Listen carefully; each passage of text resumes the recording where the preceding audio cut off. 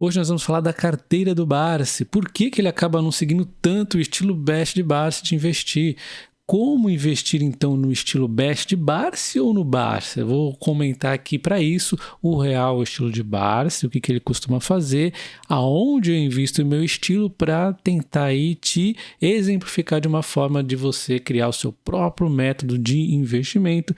Bem-vindo ao canal Top Ações. Não esquece de deixar o like nesse vídeo. E antes da gente falar da carteira do Barsi e como ele vem investindo, né, a gente precisa entender o Best de Barsi para poder fazer a comparação depois, né? Então, o Best de Barsi é composto por setores extremamente perenes que sempre vão existir e nunca vão sair, como, por exemplo, aqui os bancos, energia, saneamento, seguradoras e telecom. As primeiras letras dão a sigla aí, né, do Best. Mas não basta ter um setor perene se as empresas dentro são muito instáveis, né? Às vezes pode falir ou pode ficar muitos anos aí com dificuldades, né?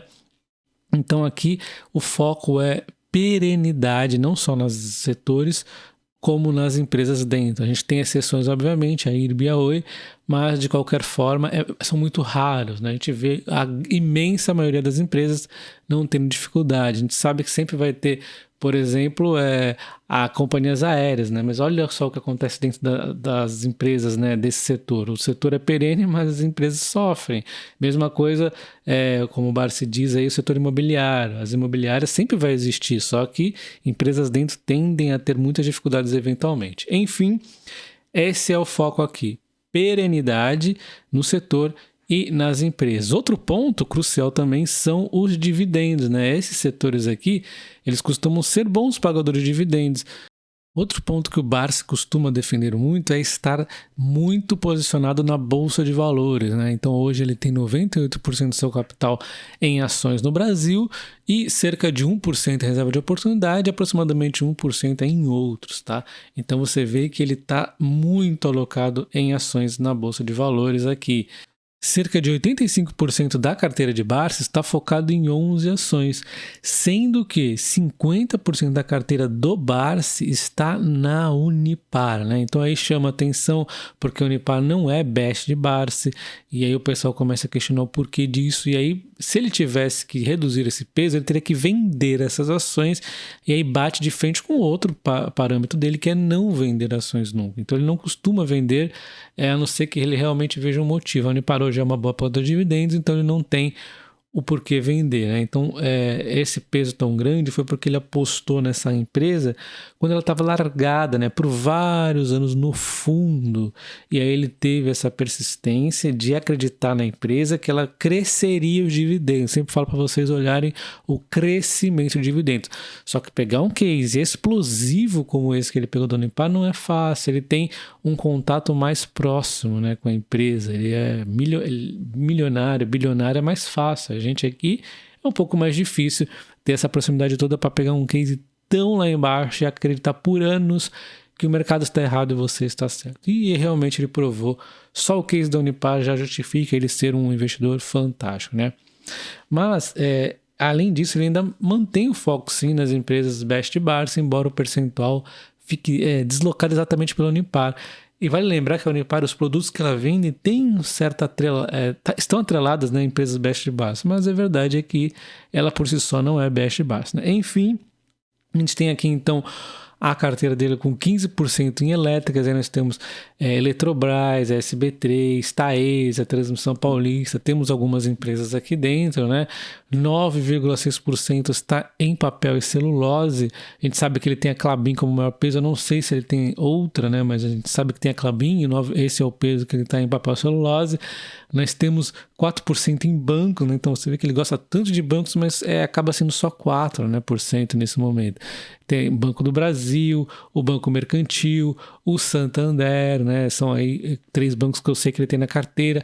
Recentemente aí ele vendeu a Itaúsa e o Bradesco, né? Nós temos 3,2% em seguradoras. A gente sabe que ele tem IRB, Caixa Seguridade, ele tinha BB Seguridade, não sei se vendeu tudo ou só parte para entrar na IRB.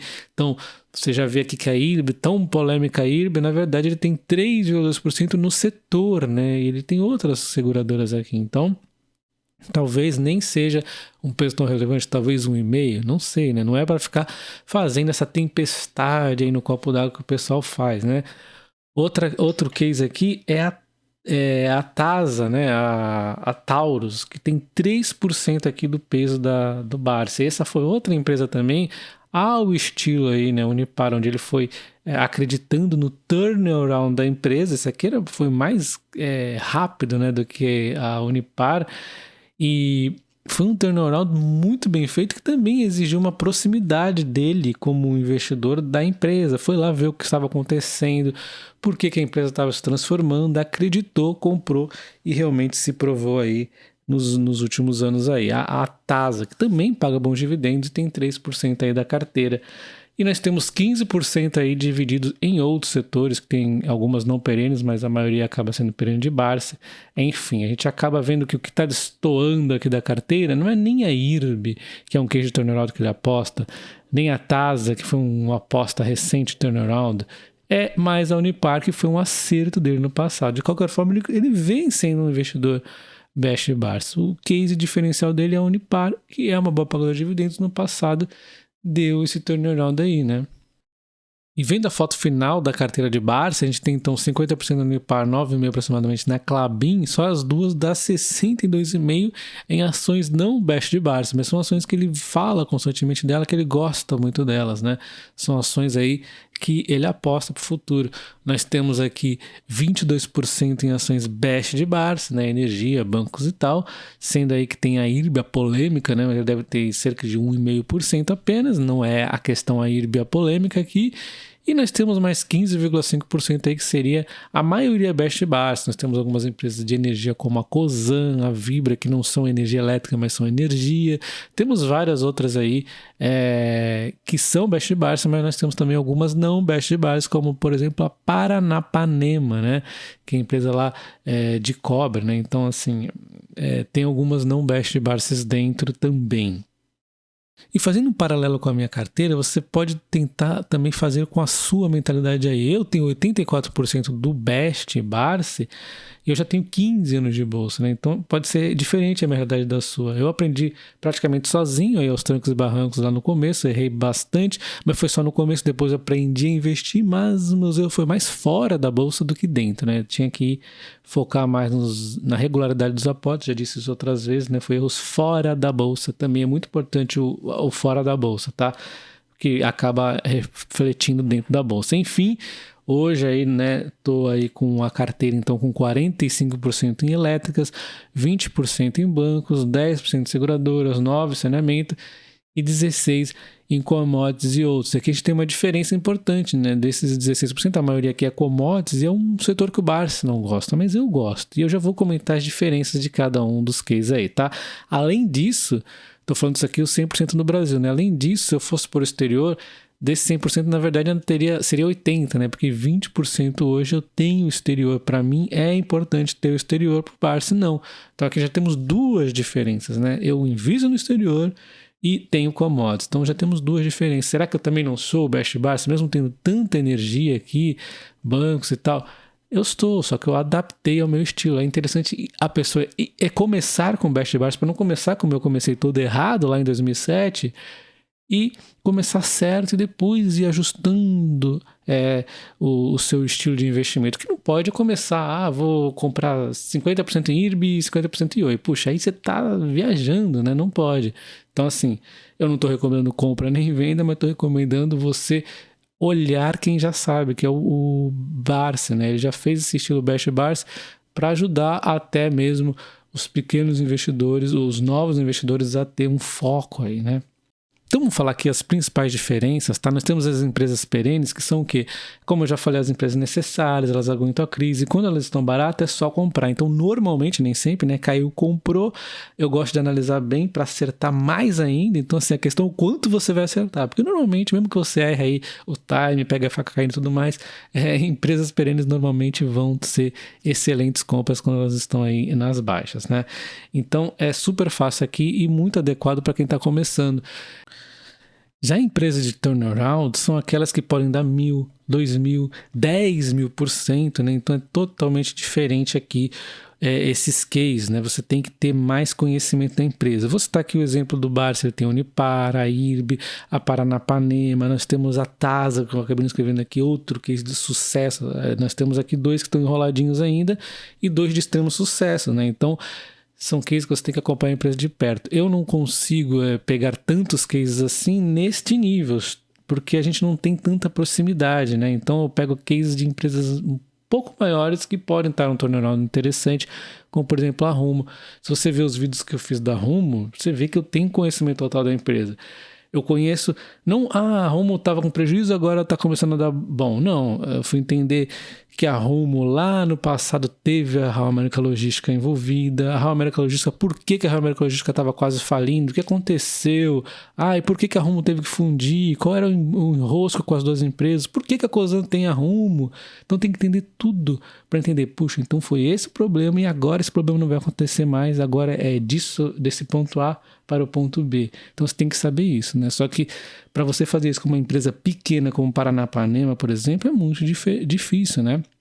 Ou a própria IRB, que não é tão pequena assim, é pequena, mas não tanto com a Paranapanema, mas também é complicado porque envolve, né, essa parte de seguros, é complexo, essa é a verdade, mas o Barsi eu acredito que saiba o que está fazendo, tá? Então, assim, esses são cases aqui de turnaround. Se você também errar, você pode ter um prejuízo infinito, porque quedas elas vão até a 0, né? O 0 é o limite. Agora nós temos as smalls e as microcaps. Essas aqui também podem ser explosivas. Pode dar 50, 100, 500, 1000, né? Vai depender aí. Nós temos o Banco Mercantil, que o Barsi vem apostando, a própria Paranapanema, e devemos ter outras aí dentro, né? Quanto eu... Tem, por exemplo, o Banco ABC, foi um banco que eu já conhecia há muitos anos. Então, assim, não fui pegar um banco desconhecido, eu já conhecia, já tinha investido nele há muito tempo atrás, né? A Home eu fui entender o que fez a Home ter um problema lá no passado. Por que agora eu confio nela? Porque todo esse turnaround que ela fez, investindo em tecnologias, produtos diferenciados. Difícil a concorrência simplesmente derrubar a Home. É uma empresa pequena que eu acredito, então não foi à toa, né?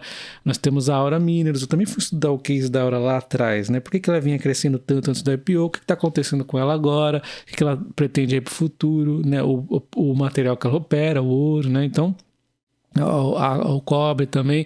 Então, assim, tem que estudar a empresa, o que ela atua e também o passado da empresa, né, para entender o que vai ser daqui para frente. São um pouco mais fáceis do que as empresas de turnaround, mas também podem ser muito explosivas. E aí eu, no caso aqui, eu não pego tão microcaps ainda, mas eu venho focando cada vez em pegar empresas um pouco menores, como por exemplo a Home e a Aura. Algo que no passado eu não fazia tanto assim, né? Eu gostava de microcaps e small caps, mas assim quando eram vinculados ao banco. Então eu já tinha investido no Banco ABC no passado, Bic Banco.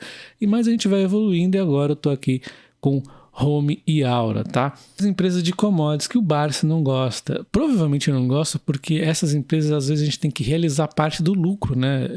Vai depender da estratégia. Eu tô até ajustando um pouquinho a minha estratégia, já vou comentar sobre isso. São empresas cíclicas que entrando errado você perde muito, mas a retomada vai exigir muita paciência, mas ela vem e acontece, tá? E quando acertado, já no curto prazo você ganha 100, 200, 300%. É porrada, né? Do nada, assim, você tem esses percentuais insanos. O Barsi não tem aquela totalmente ali de commodities, mas ela tem alguns vinculadas aí, né? Como a Klabin, a Unipar, que não é aquela commodity mais maluca como petrolíferas e mineradoras, né? Temos a Cosan, que eu também tenho bem diversificadinha. Então, assim, ele não tem aquela petrolífera ali na carteira, né? Mas se bem que ele tem a Paranapanema, que tem aí bastante vínculo com commodity. Enfim, o que eu tenho? A Ferbasa, que deu uma esporrada aí há pouco tempo. Nós temos a 3R, que houve um momento de narrativas reversas em relação a ela. Eu rebati todas elas em vídeos aí, comprei exatamente. Tem que ter confiança no case, né? Então fui lá e rebati. Não, isso aqui é por causa disso, daquilo. E comprei. E aí, poucos dias depois, de repente, mudou toda a maré, né? Os assuntos são os mesmos, só que mudou o modo do mercado ver a 3R. É uma coisa de maluco. Daqui a pouco pode cair novamente. É insano. Já em alta, eu compro pensando no potencial de exploração que ela tem. Aquele campo de Atlanta, às vezes dá problema que é difícil, e aí quando dá problema o mercado derruba, eu vou lá e compro, né? Porque eu sei que não vai dar problema para sempre. Então, também não é tão complexo e são empresas que eu não compro pensando em vender, mas eventualmente eu possa vender elas para realizar parte do lucro, mas não é o case. Eu não compro, vou vender daqui a pouco, eu vou vender em um ano, não. Em algum momento talvez eu realize o lucro, mas não penso nisso quando eu as compro. Mesma coisa a Aura Minerals, um volume de crescimento, um ouro. Então assim, entendo o que ela atua e para onde ela vai. Petrobras, aí tem a política, né, que é imprevisível e pela primeira vez na história, desde 2007, eu resolvi então vender aí as Petrobras totalmente em relação às eleições. Ainda tenho, mas elas já estão... Se ela não cair, né, vai acabar sendo vendida aí via calça. Estou sendo agressivo aí nas calças, no resto que eu tenho dela. E nós temos a Vale, que é onde eu começando aqui a talvez adotar uma estratégia de não vender nas altas e só comprar nas baixas bem devagarzinho, porque a Vale ela se provou com o tempo, né? Ela é uma gigante, né? Então, mesmo sendo commodity, ela se prova no tempo, então talvez eu vá aqui adotar a estratégia de nunca vender a Vale. Não sei, né? Vamos ver como vai dar certo aí. E nós temos a Gerdau e a Uzi Minas, que hoje eu não tenho, mas já tive, continuo de olho, eu gosto desse setor. Temos a CS Mineração, que é interessante, mas por já acompanhar a Vale há tantos e tantos anos, né, já fico mais confortável em ter a Vale.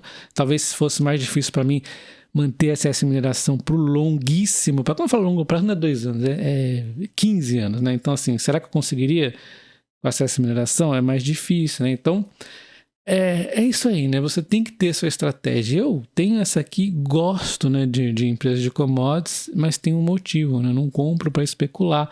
Como o Warren Buffett diz, você nunca deveria comprar uma ação pensando em vender. Mas, ao mesmo tempo, eu não me limito a não vender nunca. Em algum momento pode ser que eu ache interessante. Então, abrindo um pouco mais aqui essas microcaps, esses 10 mil investidos, vamos supor que a primeira empresa, a segunda, a terceira faliram, a quarta aqui perdeu 76%, a outra 50%, a outra 25%, e apenas 4 empresas deram certo, uma deu 100, outra 150, uma 200 e uma 2.000. Isso aqui no curto período de tempo, então a pessoa teria 300% de valorização, né? Ela teria então 10 mil transformado em 40 mil, tá? Então houve aqui uma explosão e é por isso que existem até pessoas que especulam aí na bolsa, porque matematicamente faz sentido, já que o máximo você pode perder é 100%, o máximo você pode ganhar é infinito, né? Só que o Barça ele não é especulador, porque ele não faz isso à toa, né? Ele tem um grau forte de assertividade, é muito difícil você conseguir tantos cases com valorização muito expressivas sem estar muito aqui na faixa de erros também, né? Então eu, como mero mortal, que não tenho tanta proximidade aí de pequenas empresas, eu até tô aí gostando desses cases, mas eu busco uma faixa mais segura, né? Então assim, num curto prazo você conseguir rendimentos assim é interessante. E no meu case, para ser sincero, eu não fico com prejuízo muito tempo. Todas elas acabam indo pro verde, tá? Então eu fujo disso aqui, mas ao custo de eventualmente ficar bem mais difícil de acertar esses cases aqui de 2.000%. Mas várias vezes aqui eu pego 200%, 300%, né? Não tanto aqui ainda em microcaps e turnaround, como eu já disse, eu gosto mais de commodities, mas a gente também está começando a diversificar um pouquinho mais nesses cases aqui, porque existem sim grandes oportunidades aí.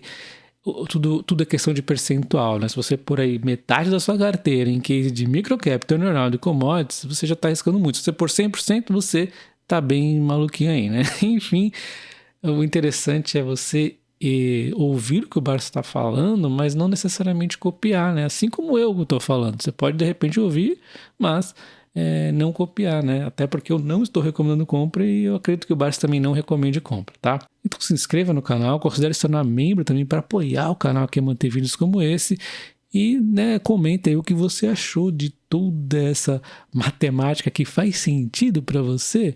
Algum risco aí um pouquinho maior ou você fica só no Best Barça mesmo? Um abraço.